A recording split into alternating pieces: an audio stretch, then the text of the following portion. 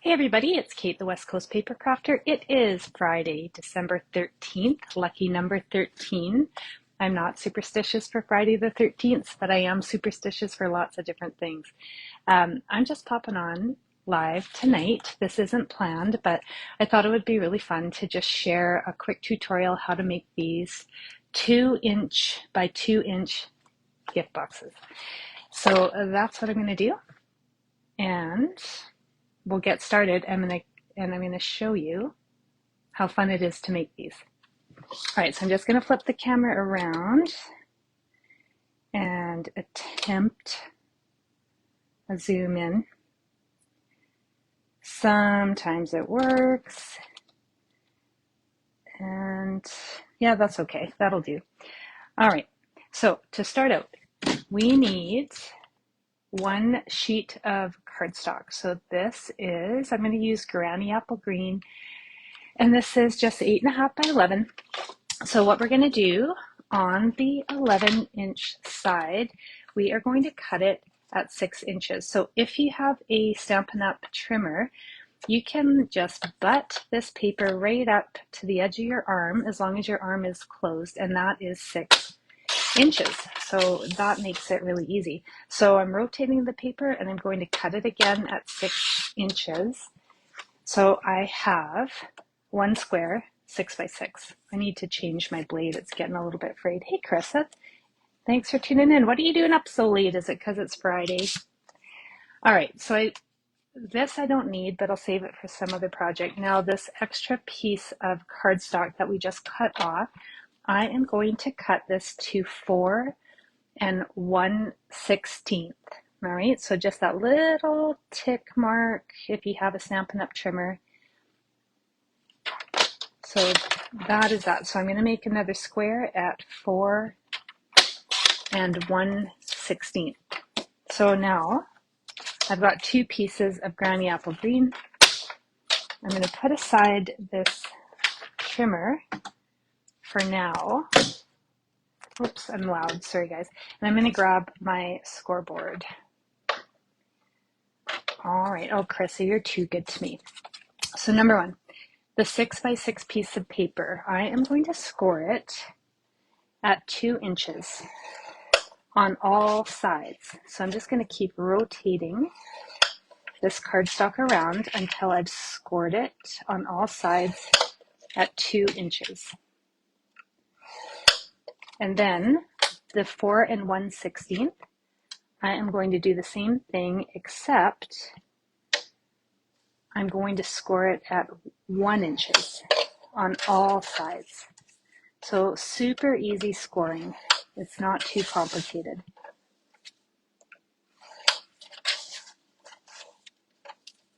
I really like this scoreboard. I don't use it enough, but I find these little, well, you can't even see it. Sorry, guys. These little tabs, you can just pop them out and put them where you need them. So I had this in at 1 inch. So then it's really easy just for me to follow that score line. I wasn't even paying attention, so I didn't realize that my camera view was cut off. I'm going to get my scoreboard out of the way. And then cutting. We are going to start, doesn't matter which end you start on, but I'm going to cut up this score line. So I'm cutting up the vertical score line until I meet that horizontal score line. And then I'm going to cut a wedge out. And the reason I do this is because the box comes together nicer when you cut a little wedge. Now I'm going to rotate it, and I'm going to do the exact same thing on this side. I'm going to cut a little wedge out,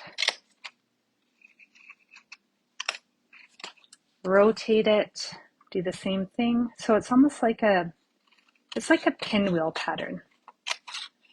I find it super easy to cut my boxes this way. I'm rotating it for the last time, cutting up that vertical score line until I meet the horizontal score line, and then going back down and cutting a wedge. So now our paper looks like this. Well, for me, that reminds me of a pinwheel. All right. Hello, Diane. Hello, Jacques. I hope I'm saying that right. So I'm going to do the exact same thing with the smaller 4 by 16th by 4 by 16th piece. So first score line, I'm just going to cut that up to the horizontal score line and cut another wedge. I think you guys get what I'm putting down. It's the same. So sometimes I will burnish my score lines before I cut, or I burnish them after I cut, or I don't burnish them at all. It really is up to you. I seem to do okay if I don't burnish with a bone folder, but it is handy if you need to get things really flat. So you can do it before you cut or after, it really doesn't matter. Or like I usually do, I just use my fingers because sometimes I forget about my bone folder. Either that or I'm lazy. Maybe I'm a lazy crafter. Anyway, so same thing, I'm just going to fold in on these score lines, burnish them flat if that's your style or not. It's up to you. Then I'm going to grab my Tombow. You can certainly use tear and tape if you like. And I'm just going to start with one of these tabs. I'm going to fold this in on itself. So that tab that I've cut that wedge in is on the back side. I'm going to make sure that cardboard is flush so I have nice straight corners, and then I am just going to give it a little bit of pressure until that glue sticks. Hey Sherry, thanks for tuning in. And spoiler alert, I'm going to do the same thing on all 4 of these tabs I cut out to create the bottom of my box. And then I'm going to repeat the whole process to make the lid. So Tombow, of course, gives you a little bit of wiggle room so you can make sure that box is nice and straight. Now I tend to get glue on my box when I do this, when I use Tombow, but I'm going to use some pattern paper after I've got the box all put together, so I'm not worried about my messy glue smudges on this little box. But if you're worried about it, then don't craft like me because I always have sticky fingers.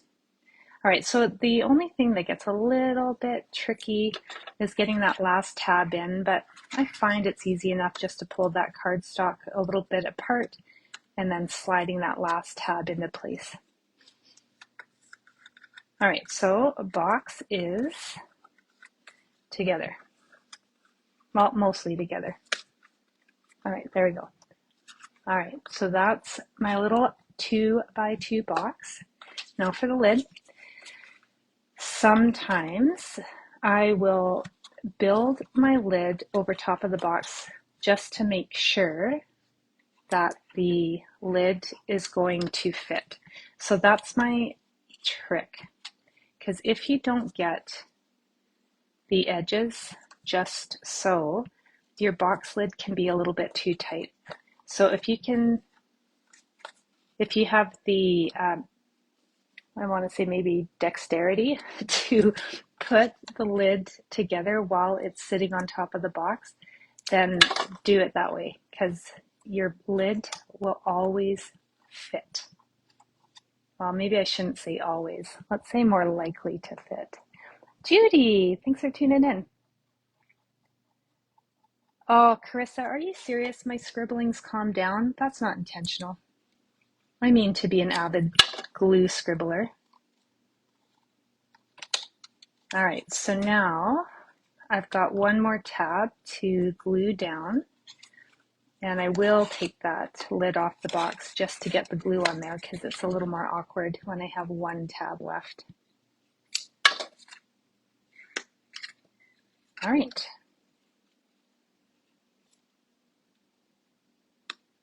I will say when you're building boxes with liquid glue, you have to have a little bit more patience while that glue dries. If you're using tear and tape, you're literally just sticking it and you're ready to go. All right, so the box is done.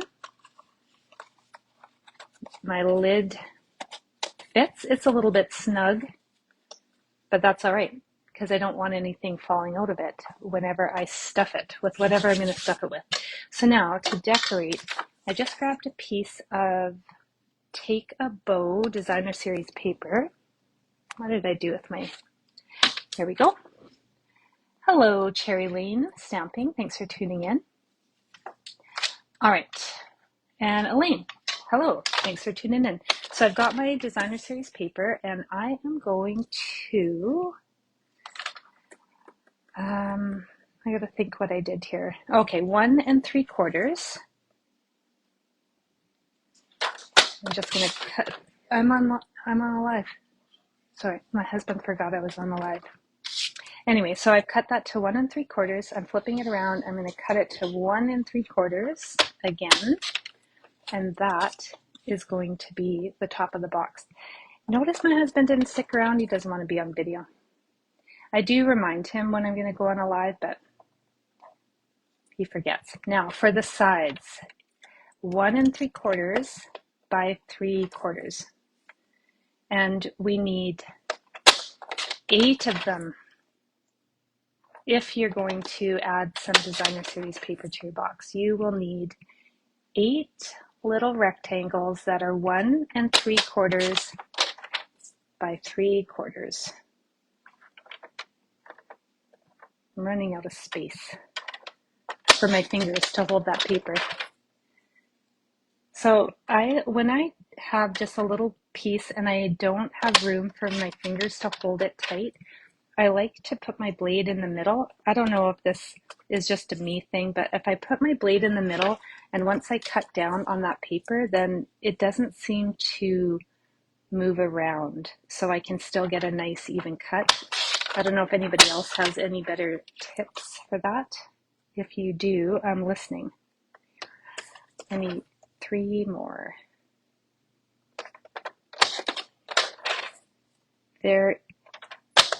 These kind of projects, I tend to get in the habit of making a whole bunch and then they sit around and I don't give them away. So I'm going to change that this year. Since I'm not mailing any Christmas cards, I'm going to gift out some little boxes.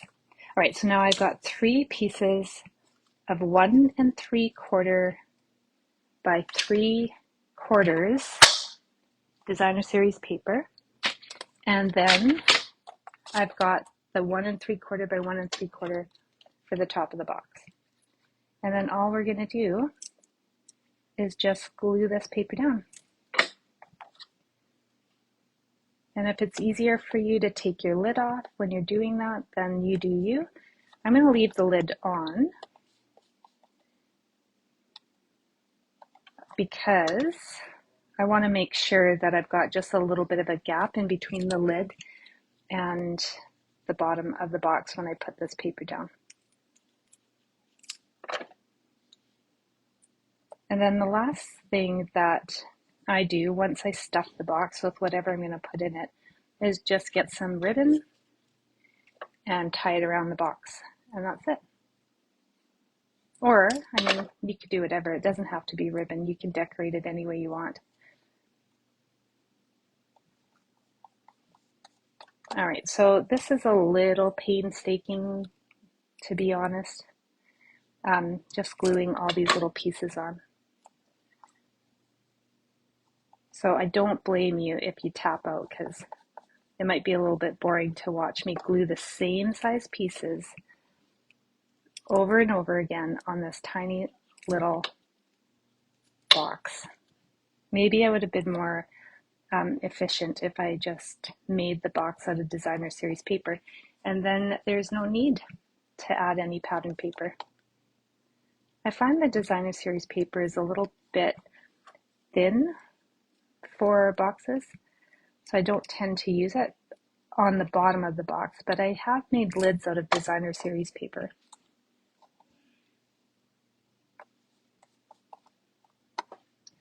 So I think, Sherry, I see your comment. I don't know if the post office is being told to go back to work. Fridays are my day off and they're typically pretty busy. I usually start Fridays out with a dog walk and then there's house cleaning and grocery shopping and picking Kai up from school. It's a treat I do for him on Friday so he doesn't have to ride the bus. And all sorts of things, and none of them include catching up on the news. And today was extra busy because I've been prepping for my in-person class on Sunday. And if you are coming to my class on Sunday, then I've just spoiled one of your projects because we will be making this little box, but not in these colors, and another 3D project, and Christmas tags and bows. So I am prepping. I am almost done. I just need to get all the pieces cut for the bows, and then I'm going to pack my bag and I'll be ready to go. All right, so this is it. Just super cute. I like that you can make this box out of one sheet of cardstock and still have a little bit left over for other projects. And when you tie a ribbon around it, it looks even better. So thanks for tuning in for my unannounced live. I really appreciate that. If I've missed your comments, I'm going to go back in and read everything and say hello. If you're catching me on a replay, either on Facebook or YouTube, say hello, tell me where you're from. And sometime tomorrow, I'm going to post a reel for this box, just a quick speed tutorial. So if you like it, if you plan to make it, watch for that reel because you can save it and just keep it for future crafting. It's just a really easy way to be reminded of all the measurements and how the box comes together. Anyway, I hope everybody has. And Lena, measurements. Yeah, so the bottom of the box, 6 by 6. The top of the box, 4 1/16 by 4 1/16.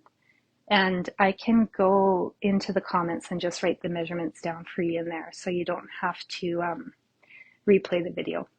All right. Thanks everybody for watching, and I will see you all Monday night.